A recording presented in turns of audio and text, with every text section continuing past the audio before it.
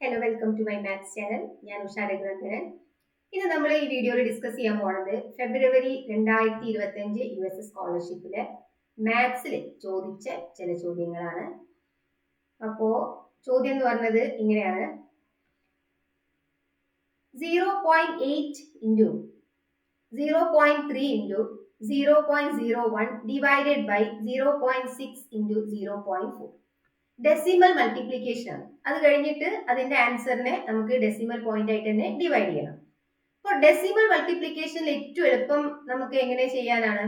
Decimal ഒഴിവാക്കിയിട്ട് ആദ്യം സാധാരണ നമ്മൾ എങ്ങനെയാണോ മൾട്ടിപ്ലൈ ചെയ്യുന്നത് അതേപോലെ മൾട്ടിപ്ലൈ ചെയ്യാം. സോ 8 ഇൻറ്റു 3 നമ്മൾ ഡെസിമൽ ഒഴിവാക്കുക, ഡെസിമൽ ഇപ്പൊ മറക്കുക, അത് ചെയ്യണ്ട. ആദ്യം നമ്മൾ എന്ത് ചെയ്യുക? 8 into 3 number multiply 8 into 3 24, 24 into 1 24, താഴെ 6 ഇൻറ്റു 4 24. ഇനി നമുക്ക് ഡെസിമൽ പോയിന്റ്സ് ഒന്ന് കൗണ്ട് ചെയ്തിട്ട് ഇവിടെ കൊടുക്കാനുണ്ട്. ഇപ്പൊ ഇവിടെ നോക്കി നോക്കൂ, ഡെസിമൽ കഴിഞ്ഞാൽ 1 number, 2 number, 3 4. Decimal after decimal വരുന്ന എത്ര സംഖ്യകളാണ്? 4 സംഖ്യകളാണ് അല്ലെ, 4 സ്ഥാനമാണ്. അപ്പോ നമ്മൾ റൈറ്റിൽ നിന്ന് ലെഫ്റ്റിലേക്ക് എണ്ണിയിട്ട് 4 സ്ഥാനം എണ്ണിയിട്ട് അവിടെ ഡെസിമൽ പോയിന്റ് കൊടുക്കണം. സോ 1 2 മൂന്നാമത്തേൽ ഇല്ല, അപ്പൊ എന്താ ചെയ്യുക? അവിടെ 0 കൊടുക്കുക. നാലാമത്തെയും ഇല്ല, സോ 0 കൊടുക്കുക. ഇങ്ങനെ കിട്ടും 0.0024. കാരണം ഡെസിമൽ കഴിഞ്ഞാൽ നമുക്ക് എത്ര സ്ഥാനം നീക്കണം? 4 സ്ഥാനം അല്ലെ, 4 സ്ഥാനം വേണം ഡെസിമൽ കഴിഞ്ഞാൽ. അതാണ് ഇവിടെ ഷോ ചെയ്യുന്ന ന്യൂമറേറ്ററിൽ. ഇപ്പൊ നമുക്കറിയാലോ 2/10 എന്നൊക്കെ പറഞ്ഞാൽ നമ്മൾ എന്ത് എഴുതും? 0.2 എന്ന് എഴുതും. ബിക്കോസ് താഴെ നമുക്ക് 10 ആണെങ്കിൽ ഒരു 0 ഉള്ളൂ. അപ്പൊ മുകളിൽ ഡെസിമൽ പോയിന്റിൽ നമുക്ക് എന്ത് വരും? റൈറ്റിൽ നിന്ന് ലെഫ്റ്റിലേക്ക് ഒരു സംഖ്യ എണ്ണിട്ട് നമ്മൾ ഡെസിമൽ പോയിന്റ് കൊടുക്കും അല്ലെ. ഇത് നമ്മൾ ഓൾറെഡി പഠിച്ചിട്ടുണ്ട്. അതേപോലെ തന്നെയാണ് ഇവിടെ നമ്മൾ ചെയ്യേണ്ടത്. ഇവിടെ താഴെ ആഫ്റ്റർ ഡെസിമൽ 1 2 2 നമ്പർ, സോ 1 2 0.24. കാരണം ഡെസിമൽ കഴിഞ്ഞാൽ എത്ര സംഖ്യ ആണോ വരുന്നത് അത്രയും സംഖ്യ റൈറ്റിൽ നിന്ന് ലെഫ്റ്റിലേക്ക് കൗണ്ട് ചെയ്തിട്ട് നമ്മൾ ഡെസിമൽ പോയിന്റ് കൊടുക്കണം.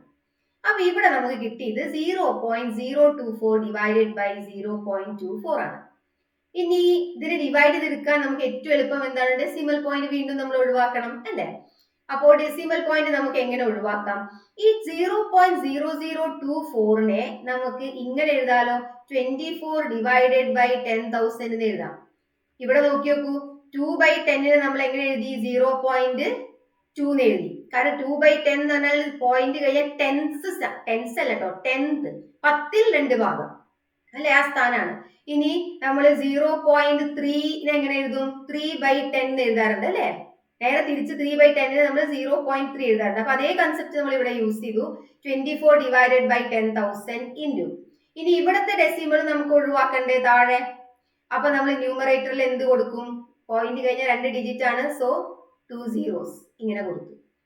ഇനി എന്തെങ്കിലും കോമൺ ഉണ്ടെങ്കിൽ ക്യാൻസൽ ചെയ്ത് കളയാ. ഇവിടെ 24 കോമൺ ആണ്. മുകളിൽ ന്യൂമറേറ്ററിൽ 2 0 ക്യാൻസൽ ആയി പോയി. അപ്പൊ ന്യൂമറേറ്ററിൽ അംശത്തിൽ ഒന്നുമില്ല, സോ കീപ് ഇറ്റ് 1. താഴെ എന്താണ്? 100 അല്ലെ. അപ്പൊ ആൻസർ നമുക്ക് എന്താ കിട്ടിയത്? 1/100. സോ ഫസ്റ്റ് ഓപ്ഷൻ ആണ് നമ്മളുടെ കറക്റ്റ് ആൻസർ ആയിട്ട് വരുന്നത്. ഇനി രണ്ടാമത്തെ ചോദ്യം: which of the following fraction is greater than 7/8 and less than 9/10? 7/8ലും 8നേക്കാട്ടിലും കൂടുതലും 9/10ൽ താഴെയും വരുന്ന ഏത് ഫ്രാക്ഷൻ ആണ് ഈ ഒരു ഓപ്ഷനിൽ ഉള്ളതെന്നാണ് ചോദ്യം. അത് കണ്ടുപിടിക്കാൻ ആദ്യം നമ്മൾ എന്ത് ചെയ്യണം? ഇത് എത്രയെന്ന് കണ്ടുപിടിക്കണ്ടേ അല്ലെ. അപ്പോ 7നെ നമ്മൾ 8 കൊണ്ട് ഡിവൈഡ് ചെയ്ത 7 എന്തായാലും 8 കൊണ്ട് ഡിവൈഡ് ചെയ്യാൻ പറ്റില്ല. സോ 0.8 into 8 64, ബാലൻസ് അവിടെ 6, അഗെയിൻ 60, പിന്നെന്താ വരും? 7 into 56 4. മുഴുവനും ചെയ്യേണ്ട ആവശ്യമില്ല, 2 ഡെസിമൽ പോയിന്റ് ഒക്കെ കണ്ടുപിടിച്ചാൽ മതി. അപ്പൊ ഇവിടെ നമുക്ക് കിട്ടുന്നത് എത്രയാണ്?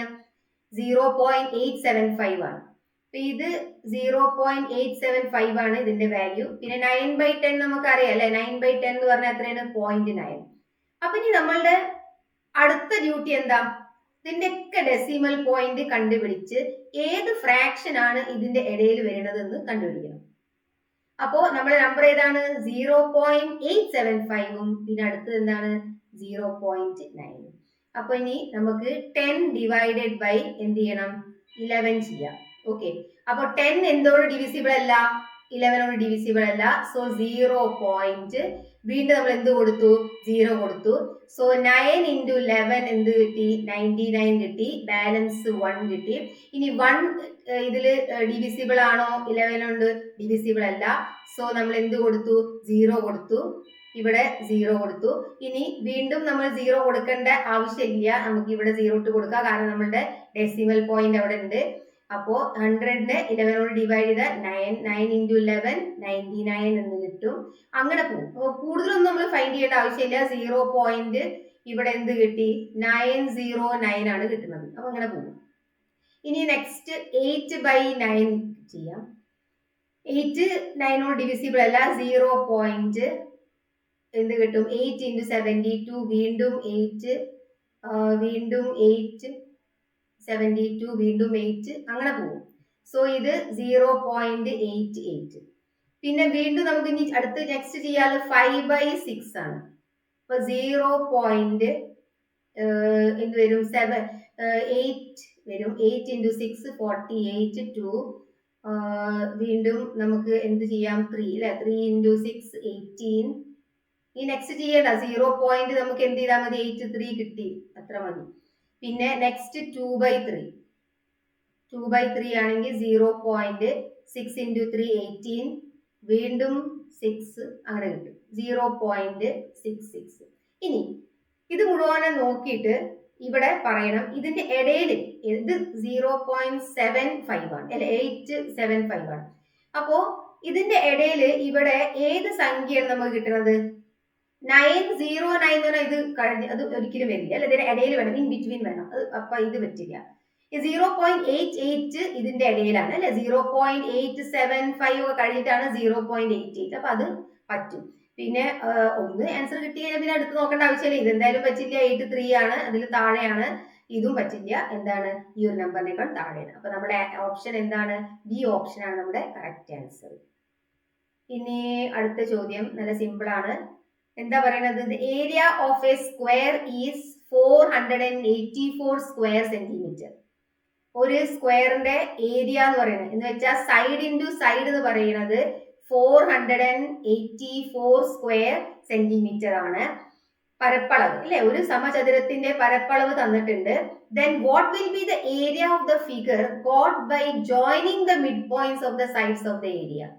അപ്പൊ ഈ മിഡ് പോയിന്റ്സ് ഇവിടെ നമ്മള് ജോയിൻ ചെയ്തു എന്ന് വിചാരിക്കുക.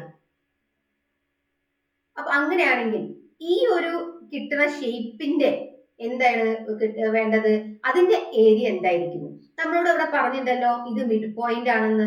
ഒക്കെ ഇതിന്റെ പകുതിയാണല്ലോ, ഈ സൈഡിന്റെ പകുതി, ഈ സൈഡിന്റെ പകുതി, ഈ സൈഡിന്റെ പകുതി.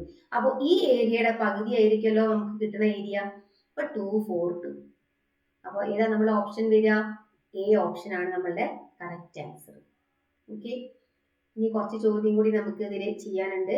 അത് നമുക്ക് അടുത്ത വീഡിയോ ഡിസ്കസ് ചെയ്യാം. വീഡിയോ ഇഷ്ടപ്പെട്ടിട്ടുണ്ടെങ്കിൽ ലൈക്ക് ചെയ്യുക, ഷെയർ ചെയ്യുക.